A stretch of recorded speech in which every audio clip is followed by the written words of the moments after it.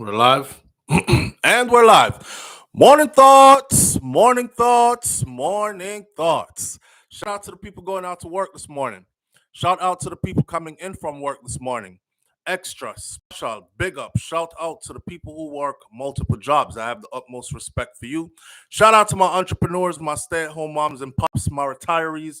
Shout out to the drivers. Shout out to the Uber driver, Lyft driver, truck driver, taxi driver, food delivery drivers, round town, long distance truck drivers. Shout out to the garbage truck drivers, school bus drivers. Shout out to the school teachers. Shout out to the students. Shout out to law enforcement personnel. Shout out to medical field personnel. Shout out to the construction workers, heavy equipment operators. Shout out to the engineers. Shout out to whatever your job description is, whatever your field of employment is, from the people who are sweeping the streets and picking up garbage to those that wear fancy suits and are at the highest level of some CEO position of some corporate Fortune 500 company. We shout out every single person. As long as you're a good person with a clean heart and a clear conscience and wishes good for others as much as you wish good for yourself. Here we are on this beautiful Tuesday morning. I'm glad to be here. I'm feeling really good, even though I didn't get much sleep last night. It probably shows in my eyes, but I'm still here and I'm healthy and I'm strong and I'm feeling good.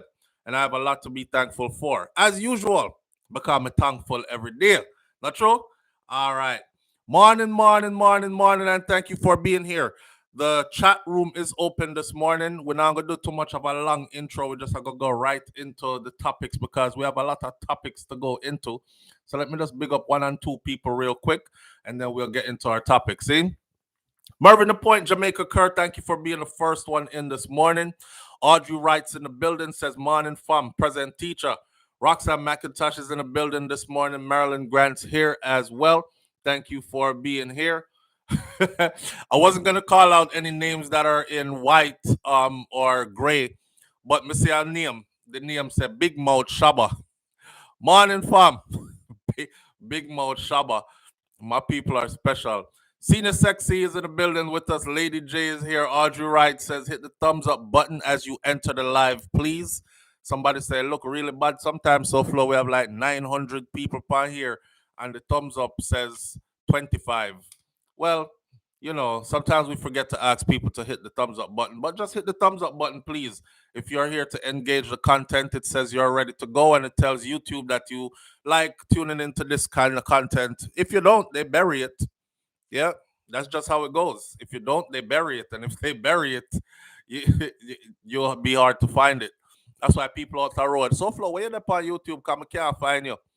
Anyhow, we continue doing it because we love to do it. Not true? All right. Crystal G, big up yourself. Thank you for being here this morning. Bridget Sands is in the building this morning. Couple of names that are not in green. Denzel Gale, I appreciate you greatly. Thank you for Big Mouth Shaba. Thank you for being here this morning. Audrey Wright, Wayne Nathan, Kai Tai Jai, Empress is in the building. Karen Notice, thank you for being here. Blessings, my family. Evelyn Genius, Evelyn Genos is in the building. Let me act like my eyesight good. Thank you for being here. Debbie Elliott, Angel D says up. Let me see. Boy, if I don't call your name this morning, like King Biggs, Prillis 123, Michelle Taylor, and Marvin the Point Jamaica Crew was the first one in. If I didn't call your name this morning, then you don't know how it go already. It's still manners and respect. The chat's open. And like I said, we have a lot to cover this morning. I wasn't here yesterday. And okay, so for the people who are dedicated to showing up every morning, I appreciate you beyond words. Because I've said it before and I'll say it again. Your audience makes you. Anytime them stop show up, you don't exist no more. I'm put on my glasses. Come eye them burn up under these lights. All right. Your audience makes you. So when them stop showing up, you don't exist anymore. Period. Right? So I feel the need to always explain myself whenever I don't show up on a day I'm supposed to show up. No long explanation. I told y'all before. Sometimes I'm gonna skip a day for some reason, whatever. Usually it's during the middle of the week, and that one day is the one day I actually have off. I'll take that day to fix up everything else so the rest of the week, because I put up content 7 days a week. 7. Even on Sunday, I'll drop a random video. So 6 to 7 days a week, I put up content. So I need one day just to put everything together and make sure we keep it sensible. You know what I'm saying? So the thing now run away from we. But yesterday, that story that broke yesterday, as I was about to go live in the morning, I said, no, sir. Because if I put that story up, then I go live, it's going to bury that story. And then about 10, 15, 20,000 people will see it. I know what I'm doing because I've been working on this channel for a minute. If you look at it now, it's at 90 something thousand and heading to 100 in less than 24 hours, in less than to 100,000 in less than 24 hours. So it's all about knowing, you know, how to put the content out. So pardon me for not being here yesterday, but I had to put that piece of content out yesterday. All right. With that said, here we are. When you're not here, you're truly missed. Karen noticed. And when I'm not here, I miss y'all too. I think I'm addicted to this now because when I'm not here, I miss y'all so much. I feel like my whole day is off. You know, like something went wrong. Whole day, I think something went wrong. What went wrong? Can't place myself. So yeah, I miss y'all the same way too. All right.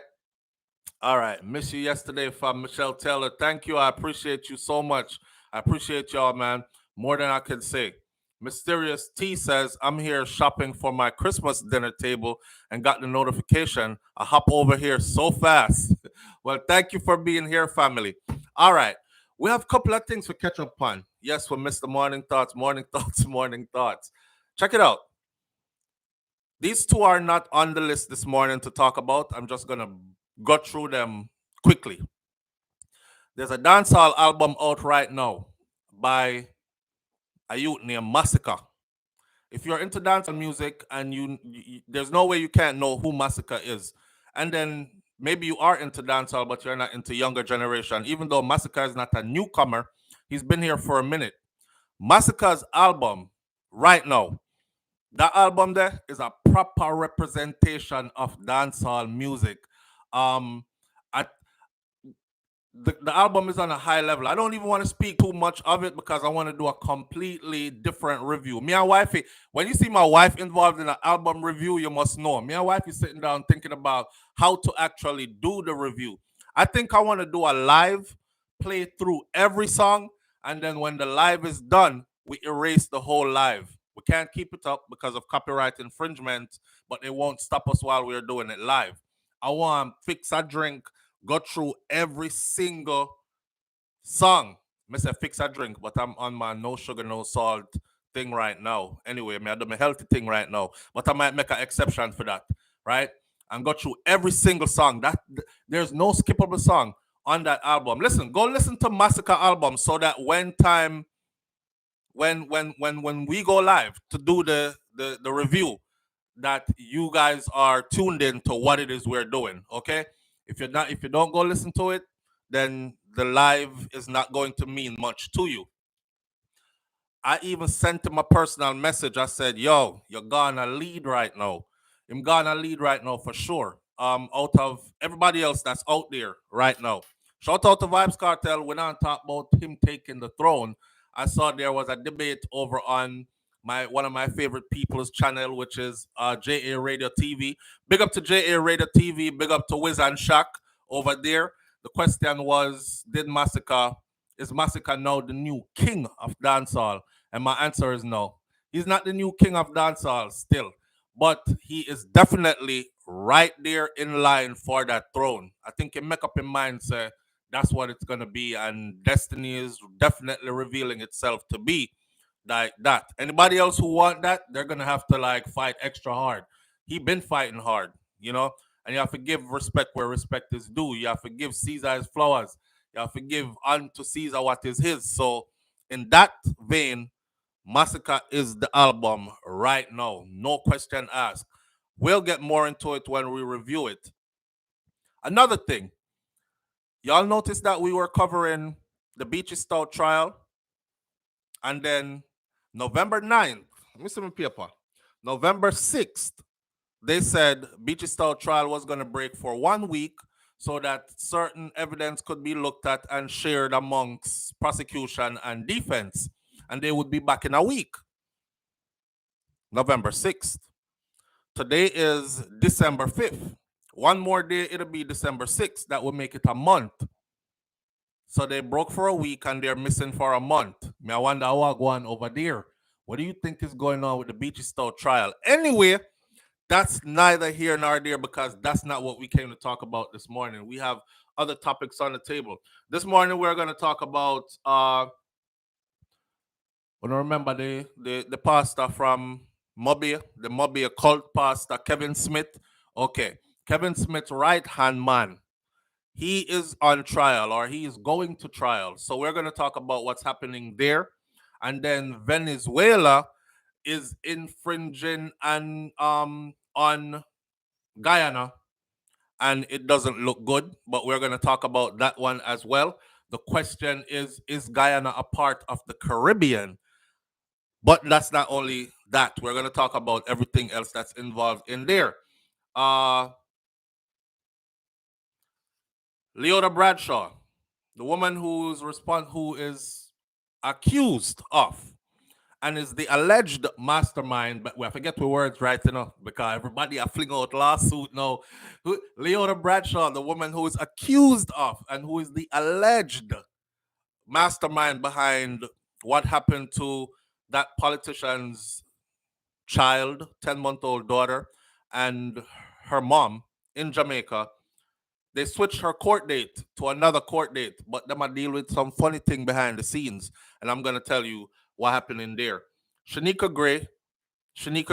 We talked about the testimony given in her trial, her killer's trial, the last time we met up live. Well, there is more testimony. When I remember, if I drag your memory, I'll drag your memory when we get to the story. And of course, we have a Dear SouFlo that I've been itching to get to you, but I keep on leaving it to the last. So again, I left it to the last this morning. If I don't do it this morning, I am going to do it as a separate video by itself and put it out by the end of today. This Dear SouFlo needs to go out, right? I haven't done this in a while. So where do we start? I let the audience decide and I take it from there. Where do we start? Do I start with Venezuela and Guyana, or do I start with the cult pastor's right hand man, or do I start with the Shenika Gray more testimonies, or do we start with the Leoda Bradshaw update? It's up to you. Talk to me. I'll sip my tea. This morning, I'm upon some fever grass and soursop leaf. That's it. All right, so we have Guyana. Wow, Guyana look like it's a hot topic. Guyana and Venezuela. Cult Pastor 1, Bradshaw 1, Dear SouFlo 1, Guyana. Pastor 2, update. Guyana again, Bradshaw 2, Leoda 3, Guyana, Pastor and Guyana is it. Guyana, Dear SouFlo 2, Guyana, Dear SouFlo 3. Good morning, all. Guyana, Venezuela, Guyana, dear pastor, Guyana, the Guyana story, dear SouFlo, Guyana. We have about 15 seconds left, and it looks like it's gonna be Guyana. Then there's pastor, Guyana, dear pastor, Guyana, pastor, dear SouFlo, Guyana. Dear Pastor, Guyana, Pastor Guyana. We're going to start out with Guyana, and Guyana it is. I never thought anybody would be so interested in Guyana. So the question of the day before I even get started is this.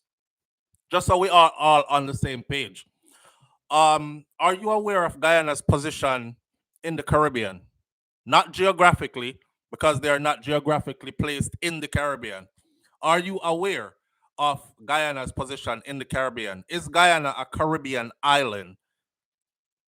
Guyana's family, are they a Caribbean island? Me I go right into it and walk with me now.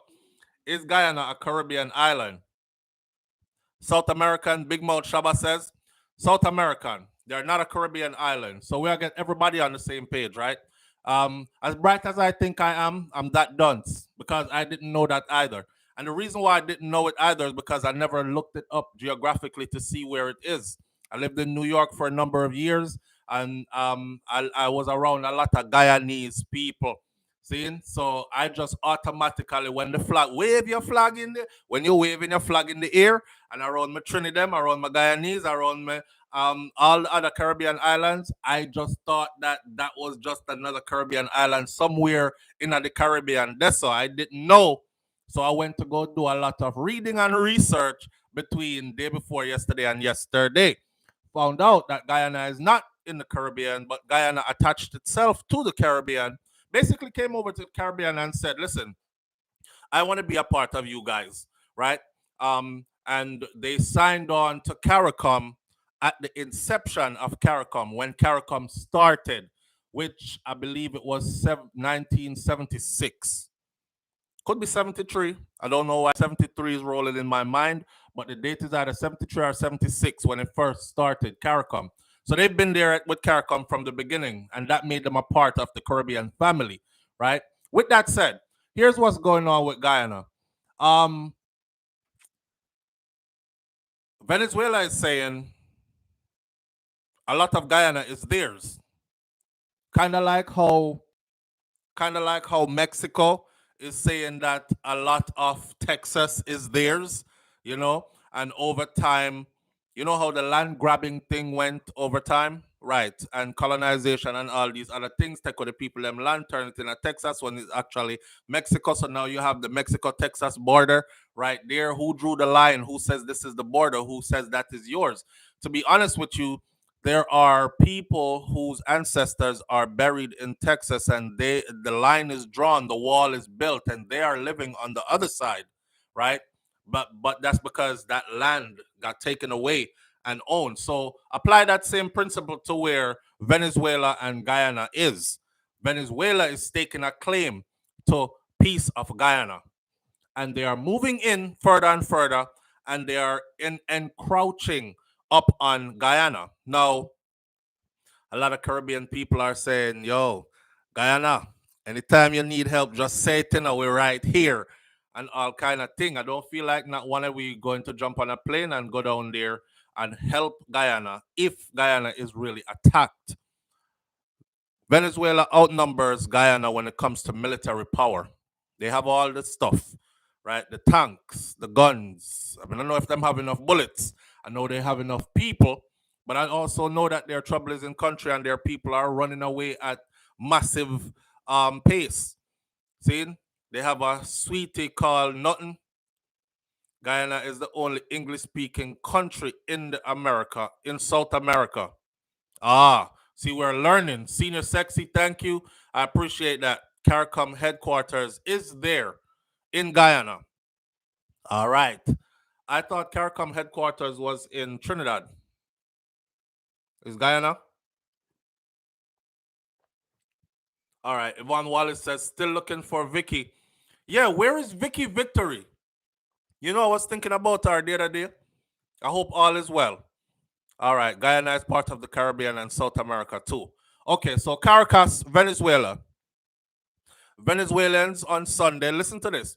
Venezuelans on Sunday approved a referendum called by the government of President Nicolas Maduro to claim sovereignty over an oil and mineral rich piece of neighboring Guyana, the country's electoral authority announced. I'm saying to myself, where do you get the authority to claim sovereignty over a piece of somebody else's land? So that's why I went the long route explaining to you how they might have gotten here, right? Yes, so them oil, Guyana struck oil, and Guyana struck oil again, and Guyana struck oil again. I think Guyana struck oil like 3 times in a short space of time. So now all eyes are on Guyana. I saw somebody said, well, Jamaicans better pay attention because oil dead too. And other minerals that are in Jamaica's earth that are rich too. And if them ever strike that, we're going to be treated the same way as. But I highly doubt it. I highly doubt it. But let's stick to this.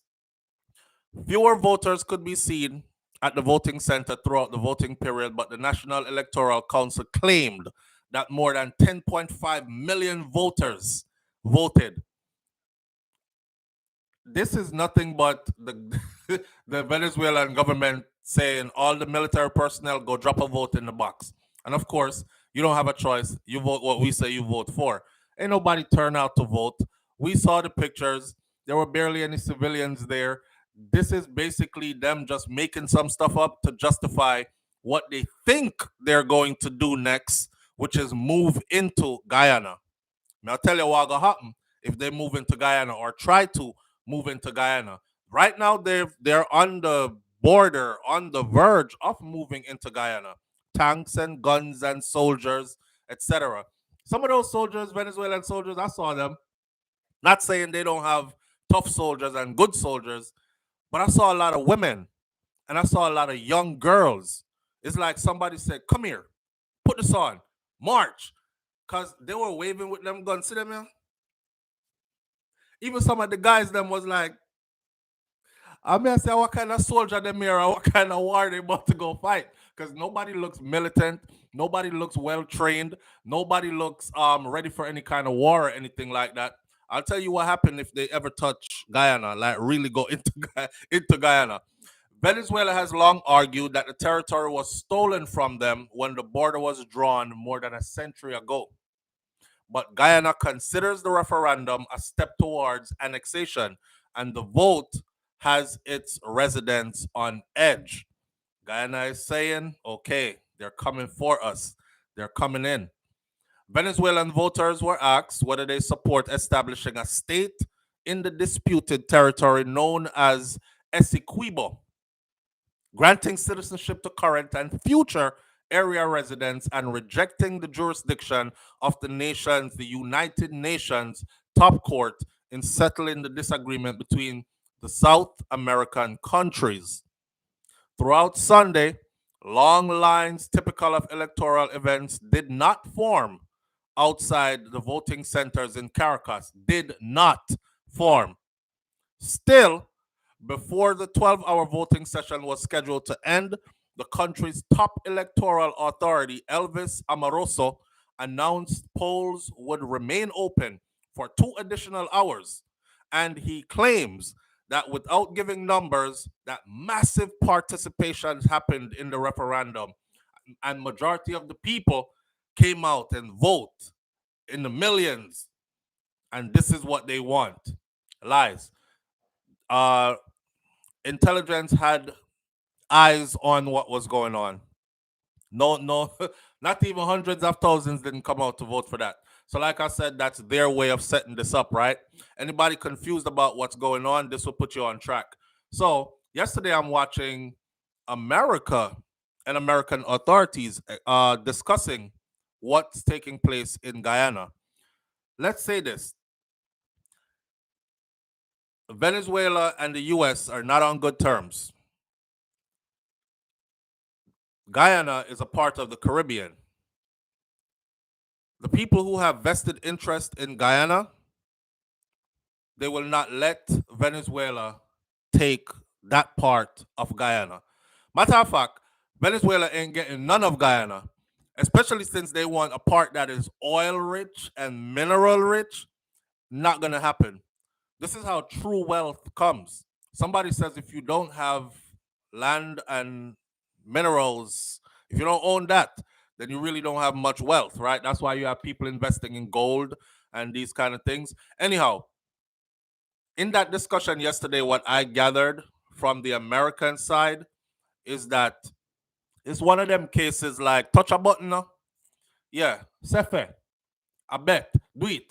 I, you could posture all you want to, dress everybody in military fatigue all you want to, go all the way up to that line all you want to, but touch a button. We dare you. And you'll see how fast we reach there. So I'm thinking what is happening, because remember, England or the UK is deeply entrenched in the Caribbean, and their interest lies there. So does the United States of America and other powerhouses. Right. You would think Venezuela has enough oil, but mankind greedy. Greedy, but Venezuela is just mismanaged, isn't it? Venezuela is just mismanaged, and I guess they want more and more, and they're trying to flex some superpower and do some kind of something, but they're not equipped for that. Now, the crazy thing is when you get under a leader who is delusional and think that they can pull something off, they end up sacrificing people. Which, if they try anything with Guyana, that is exactly what is going to happen. They're going to end up sacrificing a lot of Venezuelans because it's not going to work.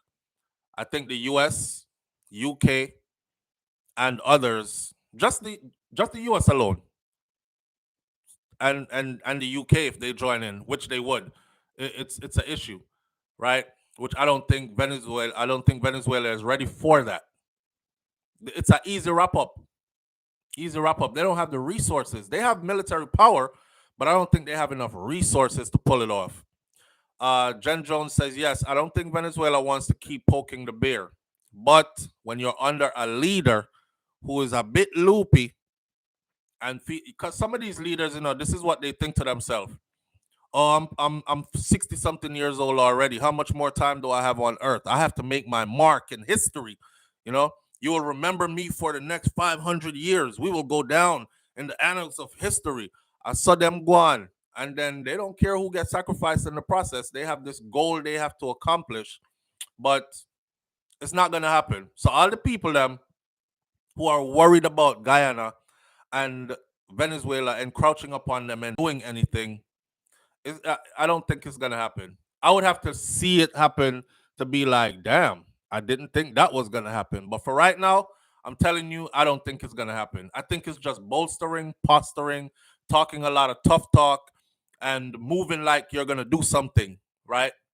That's different. It's like that loudmouth dude. If you listen to loudmouth people, he'll scare you.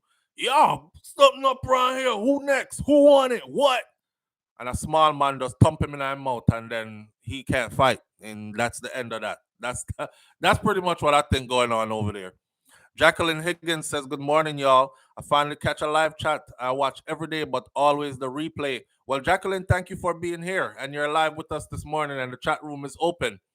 Country Girl says Venezuela would like to do what they did to Doral, Florida. They secretly took over Doral. Well, kinda, but ain't really. Kinda, but not really. We we could say Cuba took over Miami. We could say, but kinda, but not really. You know, your influence is heavy. Your people are there, but kind of, but not really. We could say Haitians took over a part of Miami, and it's little Haiti. We could say Caribbean people, Jamaicans, and the rest of them took over Fort Lauderdale and Lauderhill area and all that other stuff. Kind of, but not really. Because guess what? You're still under the flag. You're still under U.S. authority. It's still United States of America police officers and soldiers that run that. No matter how bad you're going in there, no matter how much you think you took over nothing, once you hear whoop whoop and they come in, it's a wrap. I tell people that all the time. Let's switch topics from that. I tell people that all the time. Like all them youth here that you see out here are bad up themselves. Man, I learned. I say, listen, you're not bad. You not bad. If somebody comes and you have to run, you are not bad. Real bad man, stand up. So, and flex your authority. So if you have to run when soldiers come, you're not bad. If you have to run when police come, you're not bad and you don't own anything. It's just like people form gangs and they're like, these my streets, this my city. This your city what? They have police departments all around the city. I call one of them and all y'all go running and scattering like roaches. So how is it your city? It's not your city, right? Well, it's the same thing. People are concentrated in certain areas in the US where they form their communities and they feel comfortable there. And if you go in there, you would feel like some places in Miami, if you go in that community, you would swear like Little Haiti. If you go to Little Haiti, you would swear you was in some part of Haiti for real. If you go to there's a part we call Little Cuba down by what you call it. If you go down there, you would feel like you were in a part of Cuba for real, and they actually act like it as well. Same thing up in North Lauderdale, Fort Lauderdale, them area there. Same thing again. You would think like you were in some part of Jamaica with the amount of Jamaicans you run into and Caribbean people that you run into there. But we don't run nothing here. We don't run a thing here. We just have our communities concentrated. So Venezuela, for me, as far as Guyana goes, they don't stand a chance. Guyana cannot fight this on their own, though. But I don't think they're too worried because the people who are invested in them. Now, remember, I know places that have. I want y'all to pay attention to history. Places that have nothing to offer, they have nobody to defend them. Don't call no names. Just look across the board, see what's going on. Places that have nothing to offer have nobody to defend them. You have no resources? Nah. You don't have anything that we could dig into, get anything out of it? Nah. Okay, well, you're on your own. You have to fight this one out on your own. I mean, we're your friends, but I got your back. Way back over here, I got your back. But places that have resources, oil, gold, diamonds, whatever else you can find, think of minerals you could think of. They have a lot of defense because it's a catch 22. Well, if I defend him, he gonna have to share some of that stuff with me, or I take it. Yeah, so I defend him and then take it. If he don't want to share it, take it. But I can't let them get it. So there's always somebody coming to their defense. But as far as Guyana goes, Guyana is secured. It just looks like a distraction right now, but ain't nothing going on. Ain't nothing popping off over there, is how we should say it. Right? Lord Jamaica and a problem with Venezuela over their oil. And I wonder if the PM will say that he is ready with soldiers. Just a thought. Sending Jamaican soldiers. Listen, the man said, did I go send some of our soldiers go Haiti from Jamaica? Majority of Jamaicans lick out against that. They're like, no, you go do a visit first. You want to send our brothers and fathers and sons and stuff. You go do a visit first, Mr. PM. But, how should I say it now? Because I have to be careful when we say these things. He hasn't sent, or maybe they did send some troops into Haiti. I don't know. 1 and 2. But they haven't made any big movement into Haiti from Jamaica. Now, as far as if things should pop off with Venezuela into Guyana, I wouldn't be surprised if Jamaica sent troops in there. I wouldn't be surprised at all. Now, you got to understand this, though. If Venezuela goes into Guyana, if Venezuela must know that that's a suicide mission. And when people fly suicide missions, they kill, murder, pillage, plunder, because they know they're going out with it anyways, right? You can't go into Guyana knowing that America is coming. If we touch them, this big superpower right here is going to touch us. And it's not going to be no sanctions. It's probably going to be boots on the ground touch us. And you can't fight that. You can't survive that. So what do? We go in there and frig up as much as we can. Well, there will be casualties. There will be casualties, which I don't know about Jamaican soldiers. I'm thinking more from a military perspective too. I'm not sure if Jamaican soldiers are ready for war. Like war. We don't fight war.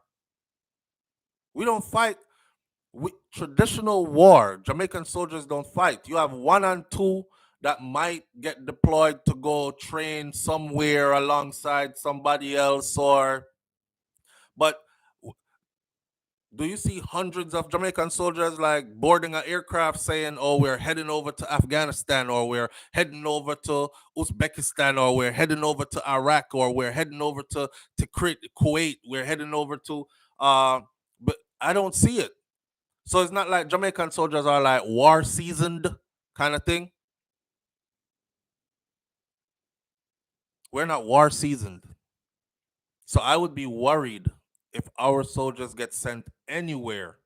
Not underestimating them, and saying that them can't handle themselves, because soldiers are soldiers, right? Not underestimating them saying they can't handle themselves. I've seen them do some serious training and stuff, which I'm very well aware of because I've been through it myself. So I know they're capable of certain things, but I don't know if they're ready for a fully escalated war and how Jamaica would brace for that, the casualties. Cause remember, when war happens, there's one thing that's for sure that goes along with war, and it's casualties. Ain't no such thing as war broke out and nobody not dead. That's not how it works. War, casualties. And it's hard for you to say. I remember one time I was getting ready to deploy, right? So every time I'm getting ready to deploy, I would come home and I would say, like, spend some time around my mom, hug her up, kiss her up and stuff. I didn't tell her, but this is what I was doing. In my mind, I was like, well, this might be it. We got orders, we gotta go. This might be it for me. I might ride this shot and never come back. So I made sure I saw my home one more time before I left. Kissed my mom one more time before I left. All these other kind of things, and I left with a smile on my face. I didn't leave scared or crying or nothing like that. Cause I'm mummy worried, right? Okay, and then I remember one of the times I'm leaving. This stuck with me for the rest of my time I was in the military. I left from Florida. I end up in New York. I'm catching a flight to Germany. And the Haitian cab driver, it's an African cab driver. The African cab driver said, me and him strike up a small conversation, right? And he was like, oh, you going to the airport. Where are you going? Where are you flying to? And I say, I'm flying to Germany. And he looked around at me and he said, you in the military? I said, yes. He says, you going to war? Just like that, I said, yes. He said, well, just remember that the same God that looks over you is the same God that looks over your enemies. That frigged me up. I was like, yo, it's true. The same God that look over you are the same God will look over your enemies. In other words, then, when you go to war, anything can happen. You there praying, God, please don't make me get injured. Please don't make this happen. The next man I pray the same thing too. If both of y'all praying, whose favor is God gonna give? Grant. You see what I'm saying? So on a deeper level, but war is war, man, and people will dead in war all the time because that's what war is. War meets casualties. That's it. So I don't know if Jamaica would be ready for all that. Like we'll be sending our troops first. Like go help Guyana. Venezuela is attacking them. Go get them now. I don't think we would be first on the line to start rounding up troops and sending them, right? Right. Jen Jones says mentally prepared. Why? I ain't lying to you. Some of them times, I told you all this before. I used to talk to myself, and then I'll be talking to myself in straight patois. When I know I was in it, when I know I was in the shit up to here, is when I start talking to myself in straight patois. No Jamaican around me, I just me, I talk to myself, and I'm calling myself, talk to myself third person, calling myself by my nickname, and all these things. Me, I said, D, where do you so? Brother, Clarendon, you born, Jamaica, you come from, Where you are do you so? This is not Jamaica war. Where you do you so? See, people are dead. Why you put your life on the line like this for? No, man, you have to come out of this one. I'm talking to myself. I'll tell you what. And then we're going to switch topic. Is nothing that could compare to the feeling of being dropped in a combat zone where you're actually hearing and seeing things. Is one thing for me like, yeah, we soldiers, we're training, we're going to war. And I tell you what, in the military, man, you so hyped up, especially the infantry, because that's what we do. So you're so hyped up and you're so ready to go. Them get you ready, You like put me in a game, coach. Like what? We not getting the orders? We not deploying? Man, F this. I want to deploy. Put me in a game. We've been practicing too long. I want to go see what I'm made of. Put me in a game, coach.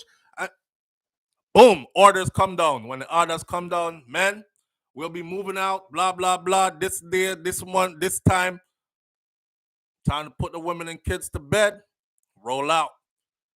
Everybody look upon each other. No, that put me in the game energy. That put me in the game energy goes way down. It's, you start looking at each other like, well, this might be the last time we see each other happy. And then it's a whole transition that goes on with it before you even get into a combat zone. And then you're there and you're there and you're there, and it's hurry up and wait and hurry up and wait and hurry up and wait. And by the time you land in that rotted combat zone, I remember the first time me hear an AK-47 clap close to my head. I was like, that's what it sound like? Because I never heard one before. And I won't front. Me not act like me I come from no gun place where me know what each gun sound like. No, me a little youth from Clarendon. The first time me hear an AK-40. Remember that youth there that did that song and that sound where him said, Pashang wang wang wang. That's exactly how the AK-47 sound. I see him so it sound. Yo, the thing bust and go, Pashang wang wang wang wang. It have a sing to it after. After I came out that combat zone the first time in, I was like, yeah, me know what every gun sound like when it busts. It's a small arms. That's definitely an AK clap right there. So that's a AR-15 on burst. That's a, you know, pashang wang wang wang wang wang. That shit fly past me. I said, God Almighty. But you train so much that your training just kicks in, and you forget fear and everything. You're just gone in a automatic mode. You start moving your soldiers. You start, you know what I mean, get to a place where safety, and you're trying to close with and destroy your enemy. Try to figure out where shots coming from, and you're trying to move towards this. And that's our job: is to move towards who's firing at us, not run from them. So that part there, and you have your leaders out there that's like, go out and draw fire. Go out and draw fire. Ride around the city until somebody fires at you. Go out and draw fire. Yo, man, I tell you, war on nothing nice here, my friend. Uh, Sending love from the Cayman Islands. Finally catch a live. I wanted to send KYD, but don't know how to change the currency. I appreciate you greatly, family. Thank you. And thank you for tuning in and catching us live. This is the gift of Gab. I appreciate you. Shine Shoes out from Guyana. Shine Shoes, big up yourself. Jen Jones says, make the sound again. Peshang wang wang wang wang wang. The echo there, I'll never forget it as long as I live. That shit burst heavy. Heavy. I've seen a lot of stuff, man. Seen a lot of stuff. Seen death on both sides. Just I don't even want to speak about half of what we did or seen. Just know, sir, man, been through it. Yeah.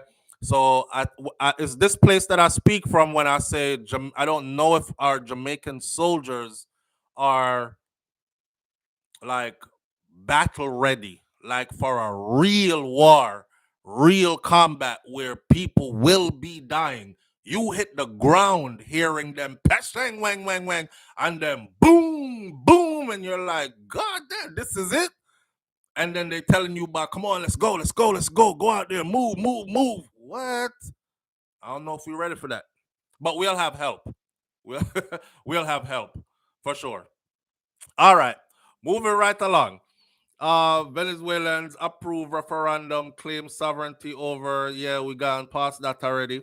And I just learned that Guyana signed with CARICOM at its inception and is in alliance with whatever superpowers have vested interest in the Caribbean, to include the US and the UK. So they will be just fine. Ain't nobody letting, none of those superpowers are letting Venezuela just come run over and take over Guyana, especially no oil rich, mineral rich, nothing. Period. All right. Move on to this now. I'm just going down the line. Let's get this off the screen.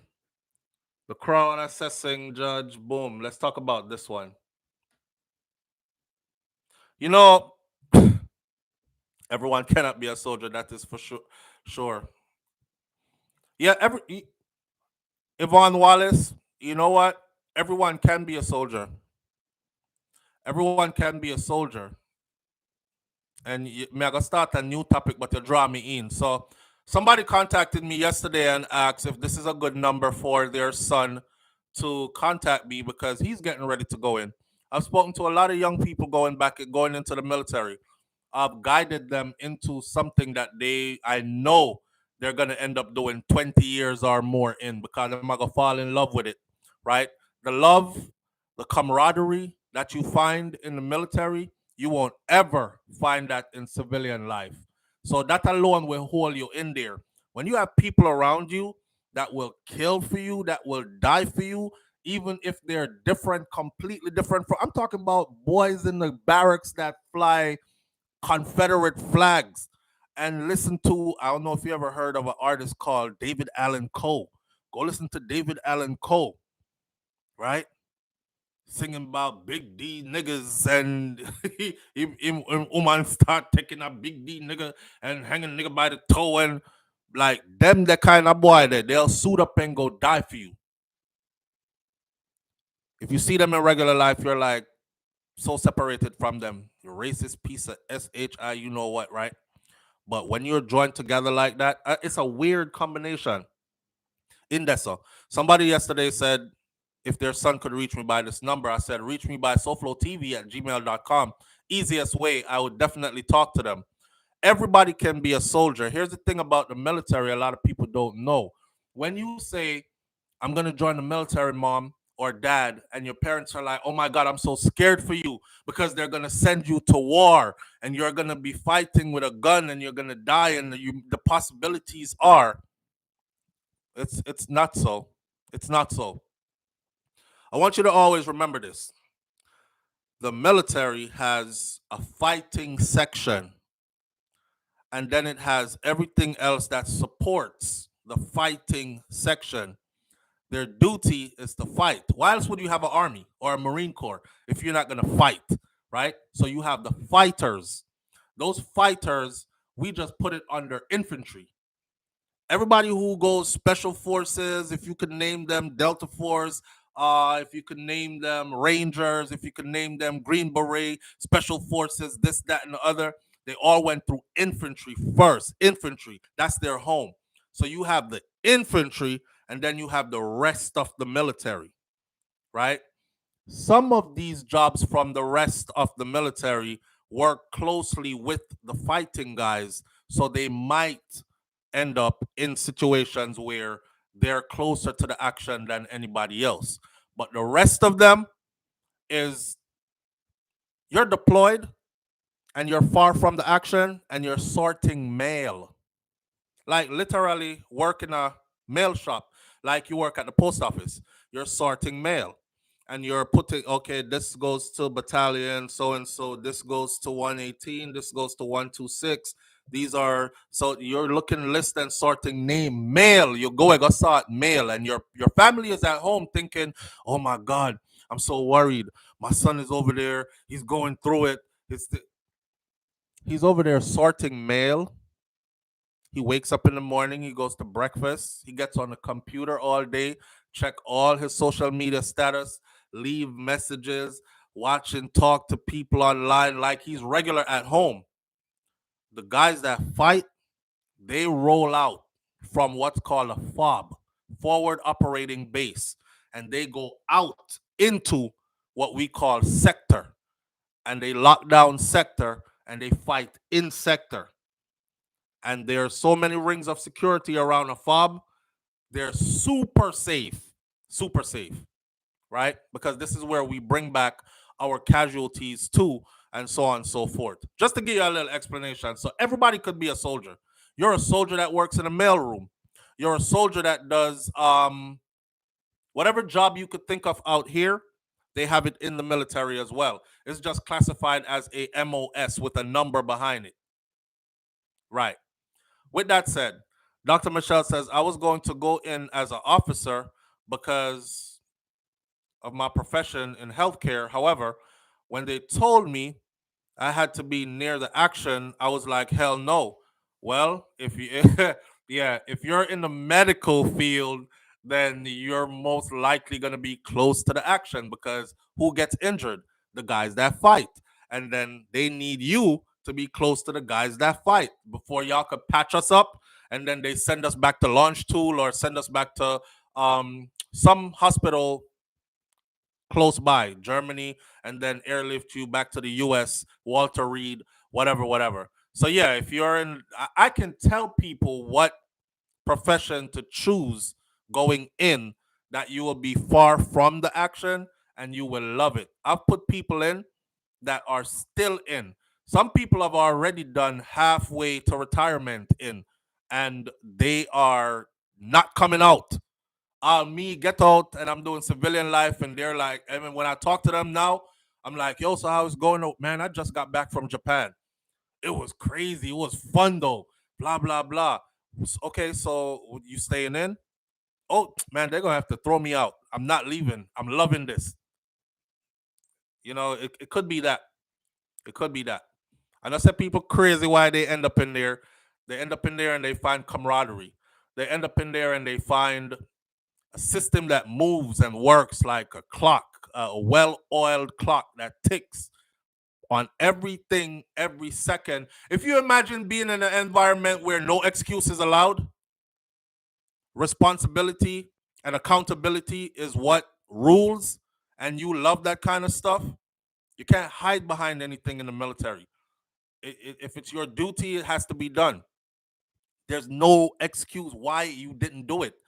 And leave it for somebody else to do it, or I'll do it tomorrow, or I forgot, or there's just no excuses.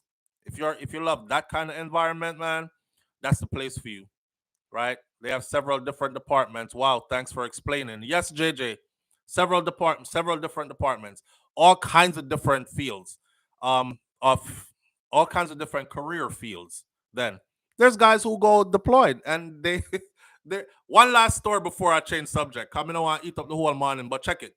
I remember one time, right? We're doing an MRE, which is a mission ready exercise before a deployment. So we were getting ready to go into a desert area, but they had us in Germany in the mountains training in the snow. And I'm talking about snow up to my knees.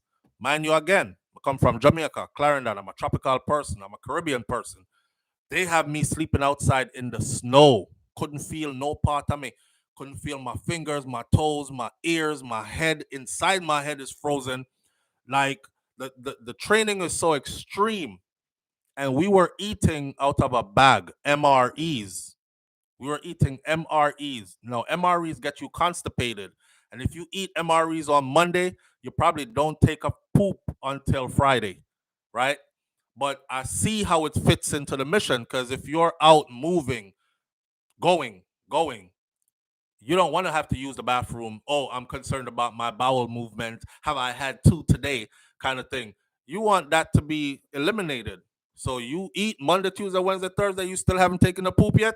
Friday, I gotta take a shit. That's how the thing goes. It treats you. And they were giving us one meal per week. One meal per week. You would have the chow truck pull up with hot chow, is how the cooks used to yell. And we would be in the bushes and in the snow, under the snow, and we would hear hot chow, hot chow. Everybody is like, yes, food is here. Man, if you never had food, one hot meal, but once a week for 60 days straight. And I remember marching at the end of the 60 days, because we rounded up everything and we're going back to base now. And the the cooks, the medics, all them, they don't march in no snow with you. They drive in a comfortable truck. This snow is up. Remember, I know the snow up to my knee. You're sliding on the snow. Some parts is iced over. You have some mana. You still have to keep all your bearings. Your weapon has to be held a certain way. Everything. You slide gone past snow, drop, lick your head, drop, lick your back. They're laughing in the truck. They're riding past. And big up to Sergeant Britt. One day I said to Sergeant Britt, I said, Sergeant Britt, pardon my language. I said, Sergeant Britt, this shit ain't funny.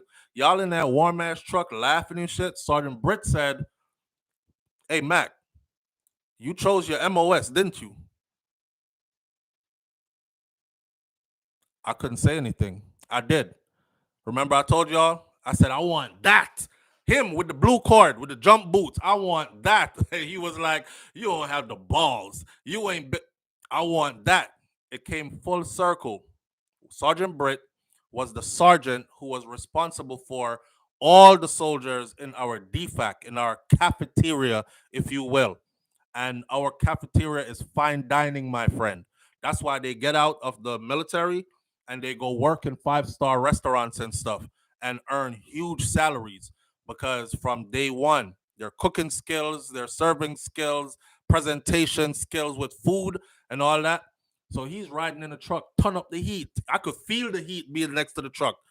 And they're laughing and looking at us, and we're legs, right? They looking at us through the window, and we beating feet trying to get back to base. I said, this shit ain't funny. He said, you chose your MOS. That's why today I guide people in. Because if you choose the wrong thing, you can end up in there crying every damn day. I don't know if you want to get up every morning and go to work crying. Come home from work, cry some more. Go back to work, cry again, and cry day in, day out because you're that unhappy. Because one thing about the military is they're going to hold you responsible. Oh, you signed that contract? Oh, you held your hand up? You swore you're here? And now you just don't like it? Well, guess what? You're not at mommy and daddy's house, okay? This isn't a meal or we're having jerk chicken for dinner and you're like, I don't want that. I'll just make me a sandwich. No, this is it. You're going to honor the contract that you signed. And basically, they're teaching you to choose something, stick to it, complete it, even if it's hard. And then if you don't like it after that, you leave it alone. But at least you can say, I know what commitment is. And I'm a dependable kind of person because if I commit to something, even if I don't like it, I'm still going to stick to it until the job is completed. How many people have that character in them? Most people out here, they commit to something and then halfway through, they don't like it anymore and they quit. Whether it's in relationships or in whatever your business, whatever it is. So they put that character in you. Oh, you're going to finish this. We don't give a damn. You're going to learn commitment. And believe me, you're going to finish it. You might finish it crying. You might finish it crying. You might finish it cussing. You might finish it. You're going to finish it though. And when you're done with it, you're going to feel a sense of pride you've never felt before. The ability to stick something through, even though I didn't like it, but I completed the job. And I completed it to the best of my ability, to a high standard. Yeah, that part. Anyhow, JJ, did you make the right choice, SouFlo, going on the battlefield? Yeah, JJ, I wouldn't change anything for the world, man. I wouldn't. Um, what's done is done, and whatever lessons I learned from that transfers over into a part of who I am today. So I wouldn't change it for the world. Yeah. Before the military, I was the kind of person that would yes everybody and stretch myself thin, and I'm still kind of like that. But there are certain boundaries, and there's a level of determination. I was one of those people that'd be like, let me try this because it looked real interesting, and then halfway through it, I'm like, boy, this I get too hard. Maybe it's not for me. If it was for me, God wouldn't make it this hard. Let me try something else, and I'll move on to something else. So I was one of those that needed. See, this is my belief in life, right? You don't have to share my belief. You can hear me out though. The universe, the Almighty Creator, lines stuff up the way it's supposed to be lined up. There are no mistakes. So all the weaknesses that I came with and the character flaws that I came with, I needed to be sent to somewhere like that in order to iron out some of those things about myself, in order to recognize some of those things about myself and be able to fix them. I'm telling you, I woke up every morning for the first year and I would sit on the edge of the bed and I would cry living tears. I mean, on top about no little tear rolling out right here. I'm talking about sobbing hard, like somebody just here said their mother dead, like that. And I would get up, jump in the shower, put my PT uniform on because I live right outside of base, drive into base, go do PT. Get there for PT. I'm dressed in winter gear. This person, crazy person, because my unit's led by Rangers. Strip down for PT. Strip down. It's cold as hell out here. Yeah, we running in shorts and t-shirt this morning. What the? I'm madness this. Here I go. 15 miles in the morning. Oh, we doing 18 this morning because we won 18. Just madness. And you just go through it and you go through it. And when you're done, you go back to your corner and you cry some more. I'll tell you what happened. After about a year to the second year, I became everything that they were trying to build. So people would actually send people to me. Oh, that's a shitbag soldier. Yo, send him over to Mac. So when he come over to me, I'm looking him up and down. Like, what are you here for? Why did you make this decision? You look like you just came to freeload, but we don't do that around here because every guy you see in this unit is battle tested and proven, and we have to be able to depend on you. You got to have my six when we go to combat. You can't be no lazy dude. Don't want to control yourself, control uh your appetite when you eat. You don't want to work out. You don't want to stay in shape. You don't want to learn what it is, like how we move as a team under fire, etc., etc. Some of them just come in there, they want to go party and they collect a paycheck and they have a place to live and they have food provided, bills are paid, so your paychecks basically goes to your bank account. And some people have a plan and they're like, I'm gonna do this for a little 4 years, stash up about, I should come out with like 70, $100,000, I don't know, and then I'm out of there.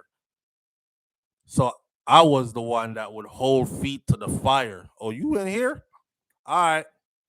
I remember one morning, I'm trying to get my soldiers ready, and I enter the barracks. I used to do crazy stuff. But my drill sergeants did that to me, so I learned it from them. I enter the barracks at 3 in the morning, odd hours, 2 in the morning, and I don't knock doors. I kick doors. So I'll turn my back to the door, and I have my jump boots on, and I kick the hell out the door. Boom, bang, bang. And one of my soldiers would jump up and run to the door, and he run to the door. He opened the door. I'm right in his living space in his room, and I just look around and just find stuff. This is a messy ass room. It looks like a pig lives in here. Get down! When I say get down, beat your face. Beating his face means push, and you just start talking. Oh, you gonna push till I get tired. You get down there and you whisper to him a little bit. Is this how you live? This how you want to live? You're in the wrong place. Why are you shaking? You just did 10 push-ups. Why are you shaking? Ah, your body is weak. Okay, we're gonna fix that. Keep pushing. What's all this stuff over here? You gotta do this to get them right, right? Like, it's not a joke thing when you go in there. So for those of you who send your sons into for those of you who send your sons into the infantry, I can't speak for where everybody else go. I can't speak because I didn't go there. I can't speak for where your daughters go. I know they have a lot of fun. We used to see them, but we on a different side of the base than they are. We'll run past them. We'll see them on the weekend when everybody goes out partying on the town, and we'll meet up in different bars and clubs and meeting spots and whatnot. But when it comes to business, if your son went into the infantry, God bless him. God bless him. Because that is not for the weak. This is why I try to guide people in. Like, you sure that's what you want to do? Yeah, man, I'm sure. I like how them, one Jamaican youth was telling me, he was like, yo, I like how them jump out of the plane and, them I run with the gun. I'm say, yeah, that's the same thing I thought. And that's the same thing I said to myself. I said, if you're not ready to cry every day for about a year, if you're not ready, if you're going to run away or you think you're going to run away from it, if you're not ready for hard and trying and getting to a place where you start doing the impossible, shit you thought you could never do. If you're not ready to completely surrender, to become a machine, because that's what we become. We become a freaking machine. If you're not ready for that, don't choose infantry. Boy, if you explain it like that, still, I'm like, what do you think it was going to be? You think you're going to go test the waters and then back out? I don't like this. Give me something else. No, you signed that contract and it says 4 years as infantry. You're going to do 4 years as infantry. Now, in the end, if you decide, I don't want to do this no more, I want to switch over to being a cook, or I want to switch over to doing this or doing that, finance or whatever, then you can do that. They allow you to do that, but you're not breaking your contract because you don't like this. You're going to do this. You know what I mean? My son in the infantry, but I guess I prep him very well because he loves it. Virtuous Fire says. Virtuous Fire, big up to your son. If he in the infantry, that's my brother. Because we have one place. We have one school.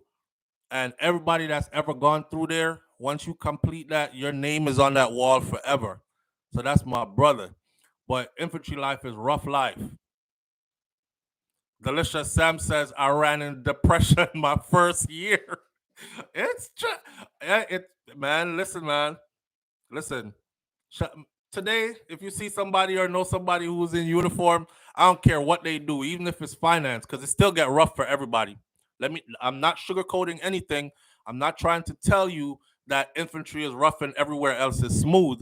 It's military. Okay, it's people. It's you moving when you're told to move, and you doing what you're told to do all the time. Shut the fuck up. We don't pay you to think. Move. That's it. And if you can deal with that, then I remember one time, right? They lined up everybody, just a long line of one ass cheek out. I can't make this up. Every man stand up in the line with one body jaw out, standing in front of the next man with one body jaw out, one body jaw out, and they have a desk set up and some big needles on the desk. Now I seen the needle, and I'm like, I must horse. I'm not gonna joke with that because that can't be for me. That can't be for us. Listen, I seen the needle sinking her butter cheek, so yeah, and she pulls it back out. Next, man. Yeah, with her next needle. Next, man. And they do their stuff fast. They switching out caps and new needle. Next, man. Yeah, everybody that's taking this needle in their butter cheek is like, oh, because it don't feel like no regular, it punch like a hole in your ass cheek, right? So my turn come. Hear me, outspoken me. I'm learning to be outspoken. Clarendon, Jamaica, I come from. Can't tell me nothing. You have to go tell me what is in that before you put it in my body. That's that's how I got to the line, right? I got my one ass cheek out and I'm talking tough. You gotta tell me what's in that before I said stop. To the lady, I said stop. You're gonna tell me what's in that before I put it in my body. I think I have a right to know. That lady didn't say nothing. It was a big dude that was right here, right? Some high ranking sergeant. I heard, shut the fuck up and take your shot and move the fuck out. Roger.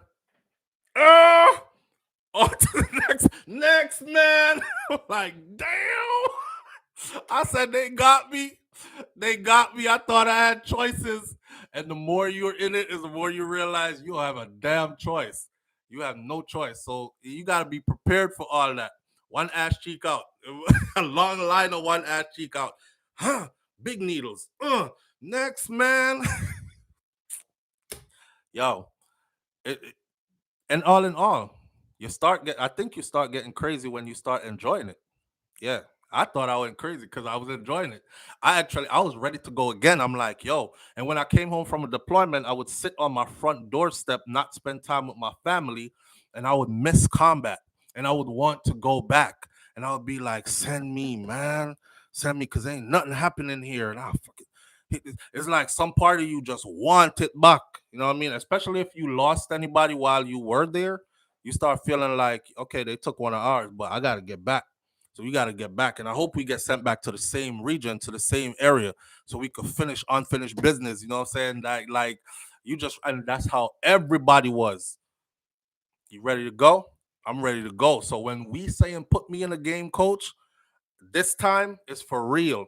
A new guy coming to the unit, he's scared. He looking at us like, I can't do it.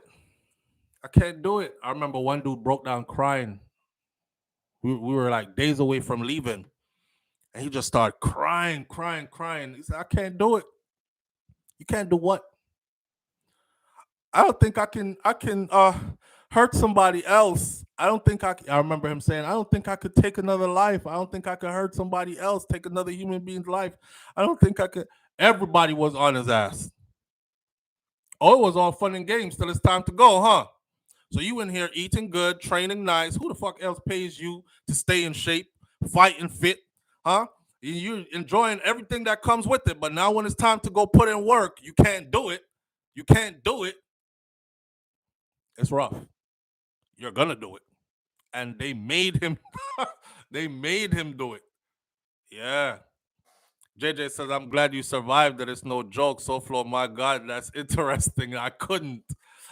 I'm not even giving you the half. I can't give you the half because some of the stuff is not to be spoken ever.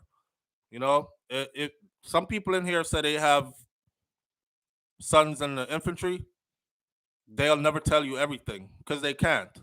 You know, just like everything else.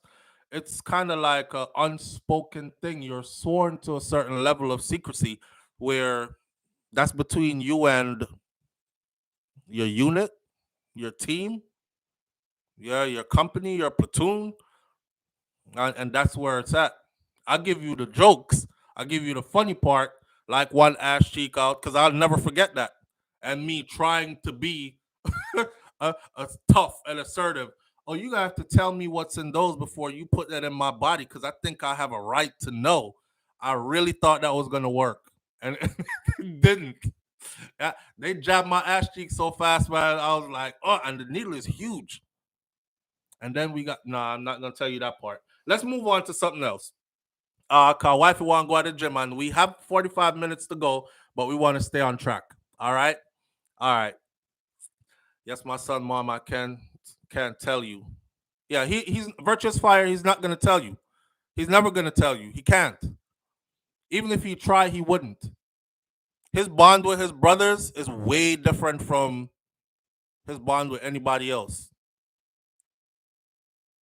Yeah. And shout out to the infantry and shout out to all my infantry brothers out there. They have girls in the infantry now. I've never seen one.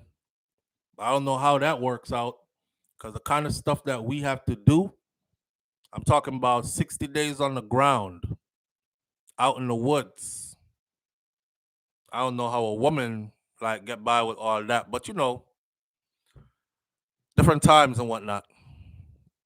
Kevin Smith now, Michelle McKenzie, Kevin Smith it is. Okay, the Kevin Smith situation. If you look at the icon for this video this morning, you will see Kevin Smith over to the corner of your right. And then you will see the young lady picture that's under his. That's Gardner. And we're going to talk about what happened to her. There's a guy that looks like he's laying on the floor. He's the right hand guy. This is who is the only survivor. And he is going to court now or getting ready to go to court. So the Crown, which is the court, is assessing judge alone trial because this is what he is requesting. In Jamaica, you can request to have a jury trial or you can request to have a judge alone trial. The headline says the Crown is assessing the judge alone trial wish of the alleged cult killer. Plea and case management hearing has been rescheduled to December 18th. Today is December 5th. So December 18th for Andre Ruddock, the man who was implicated in the killing of a woman during a deadly church ritual in St. James in October of 2021. We're going to backtrack all that. So this was after prosecutors requested additional time to determine whether Ruddock's desire for a judge alone trial would actually be permissible. The development in the case were heard in the Home Circuit Court in downtown Kingston last week. The accused man, who was a member of Pathways International Kingdom Restoration Ministries in St. James, is charged with murder of Tanika Gardner, who was employed to Appliance Traders, ATL. That's the place that she worked at. You know, for fun and games aside though, anytime me hear any church with them long name here, I'm never interested. Pathways International Kingdom Restoration Ministries, that's too long. Something not go on. Okay, me just like Church of God, Church of Prophecy, Firstborn, Moravian, just just like that. Anytime you hear them long name there, I'm like, hey, what is this? Anyhow, the accused man, who was a member of the Pathway International Kingdom Restoration Ministries in St. James, he's charged with taking the life of Tanika Gardner, who was employed at Appliance Traders Limited, ATL. Before the matter was adjourned, the court heard that the prosecution and defense have agreed on a tentative trial date, which was not disclosed in court yet. Ruddock, who has been in custody for the past 2 years, he was further remanded into custody, which means he'll stay in lockup. The nation was left stunned by the news of a deadly suspected ritual at the church in Montego Bay on Sunday, October 17th of 2021. It wasn't no suspected ritual. It was a ritual that was going on. The congregants were gathered at the church on the instructions of the now deceased controversial Pastor Kevin Smith, someone who I don't think is deceased, but we could get into that another time. During the event at the church, Smith reportedly instructed a congregant to slit Gardner's throat, that young lady. Now, he didn't tell this man, the man who we talking about now, he didn't tell him to slit the throat in her. He told somebody else, take the knife, cut her throat. He asks her, do you believe in me? She says yes, according to people who gave a report before they locked that dude's voice off and tell him he was no longer allowed to speak to the public. The youth said, the man asks her, and she said, yes. He says, who am I to you? She says, you are God Almighty. You are God Almighty. Him said he's going to purify her, but he will first have to take her out of this world, and then he's going to bring her back anew. She sit down there and wait. The brother who gave the account at the time said, I couldn't believe it. She just stand up there. I think she kneel down and put up her neck so like she ready to get her neck cut. So Kevin Smith instructed somebody else, take the knife, cut her throat. The person who he instructed, run. Cause the person who we have to laugh. The person who he instructed looked and thought, this must be a joke. I mean, I've seen some funny things around here, like the youth was saying in the interview. You know, we did see some funny things are going on, but for some reason we did overlook them because we never know say could I get to this point. He even talked about how them gathered outside because Kevin came before some of them and locked the door, and they were gathered outside in their whites, like how he instructed them to dress. Text message him sent out, the ark is gathering to leave now. Come, be there. And them a run, go down there, figure get there. And when them reach, door lock, and they start wailing and bawling outside. God Almighty, please let us in, save us. The man said, cut her throat. The person who was supposed to cut her throat, him say, first person that will run. Him take off, shing, gone through the door, over the fence. He's gone. And this is when they said they saw people running and jumping fences and going. He was one of them. He was the first person to run. During the event at the church, Smith reportedly instructed one congregant to slit Gardner's throat. That individual refused. Ruddock, who is on trial now or going to trial, he was bold. Him just grabbed the knife and slit our throat. In full view of all the members in the church. Oh, you're scared? Give me a knife. Bam, bust our throat. The guy that gave an account also said when them cut her throat, she just lay down. She just lay down and you could hear her gurgling and like shaking and stuff and gurgling.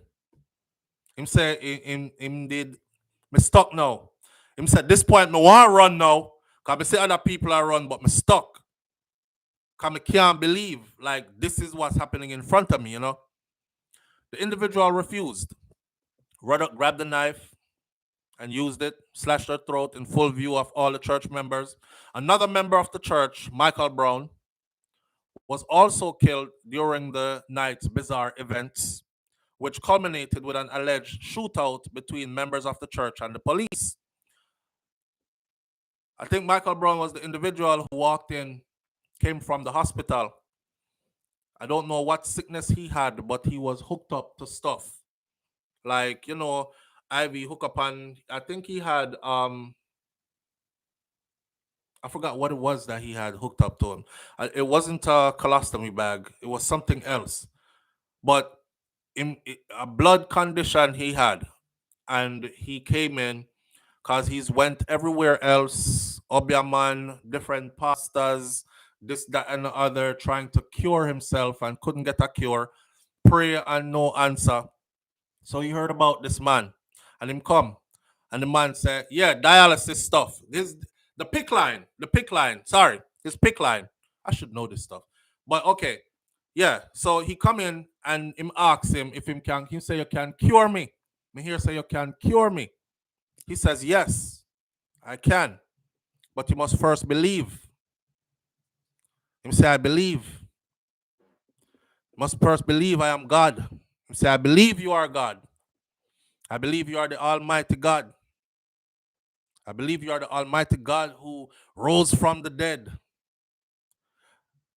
Them say, Kevin say, "All right, take off all of that." And the man, according to the youth who gave the account, he said when them rip it, blood just starts spray everywhere from him. Him lay down and dead too. Another congregant, Kevin Palmer, who reportedly attacked law enforcement officers with a knife, was shot and killed. This is the other guy who he sent outside with the cloak, with his coat, his jacket. Again, the youth testimony was him put it upon the woman first. Remember, he got escorted there by some high-ranking police officer that was in uniform and the lady police officer who went in with him. By the way, what happened to those people to this day? You notice we haven't heard anything about them, no prosecution, no nothing. Walk with the story. What happened to the lady that went in the church with him, the police woman? What happened to the man that spent the weekend with him as well, leading up to this? They released this picture, they showed him in uniform, everything like that, and then nothing. All right. The man say, she first get the jacket and put it on Panara and him say, go and fight them. And this, no bullet can come through this. You are you are secured. You are protected. The policewoman look at him and must say, the guy says the policewoman walked towards the door, but she did a walk slow, like she don't really believe in the thing. she, don't, she don't really believe in the thing. I guess she probably said to herself, said, this Ross mad for real. Like me, they are really a thing, said me and him are, we are plan a thing and we are fool some people and make some money. But it look like you really believe that something are for real. I give me this figure walk out there and this. So she turned back. She turned back, him take it off her and him put it on this man here. And it's a knife the man have. Give him the knife and put the cloak on him and said the same thing to him. No bullet can come through this. You are protected. Go out there and fight them. I saw a youth saying, fight them. Him saying, take it knife, have on the cloak and him charge out there. Brother saying, when him charge out there, him say, them pull him up a gunshot to see. The youth said them pull him up a gunshot to see like strainer. When him fly out there, that is when everybody else was like, okay, so the cloak don't work. And what he's saying is probably BS at this point. So the people them start go crazy now. They're running everywhere now in there. Members from the church, including Smith and Ruddock, they were subsequently arrested, but Ruddock remains the only accused that was ever charged in connection with the night's bizarre events. This after Smith died in a motor vehicle crash on Monday, October 25th of 2021 on his way to Kingston, where he was to have been similarly charged with murder. A policeman, Constable Arnold Irons, rest his soul, also died as a result of that crash on the Linstead Bypass Road in St. Catherine. You can't tell me nothing. Them either purposely kill the man there or the man there is not alive. Because remember, he was going in for what you would call like a deposition or something. This is where he said, listen, if y'all gonna take me down, a whole heap of people are gonna go down with me. Cause when we did the Willica sacrifices and these things, and Uno was attending and paying your just dues, listen, members of his congregation have spoken. They said, if you were in a position of power, you were in there. And if you saw who was, if you ever came to one of those meetings and see who did that, you would have a totally different outlook on what you think this man was or what he was doing. Powerful people. So you think they wanted him to go to Kingston and sit down and start call out, well, we saw him too, right? When he sit down in the chair before they transferred him, and he was like, well, I have the video still up on YouTube. Go look on it. He says, well, I tell him I go tell him, I'm not going down alone. I'm telling on everybody involved. And coincidentally, the next day you die on a stretch of road in a car accident. How ironic. So I'm not buying that. And then they made sure they showed his body and everything else. Yeah, I'm not buying that. I'm not buying that. But it is what it is. So the only person who's alive, and is being tried for this is Ruddock. Ruddock is a mad smarty. Ruddock slit the woman throat, even though it's not him was asked to do it. So overzealous. Because he really believes that this is his God. If you ask me, I actually think that this guy was probably having sexual relations with Ruddock because he's a man who did keep a lot of boys and men around him. To this day, I'm still puzzled. And I'm like, what woman allowed their son to be around him? There's a picture of him in a swimming pool. And while he was swimming at one of his houses, while he was swimming in the swimming pool, there was a pretty young boy dressed in what would look like what choir members would wear, a gown. And that young boy was in the pool holding an umbrella over him as he swam back and forth in the pool.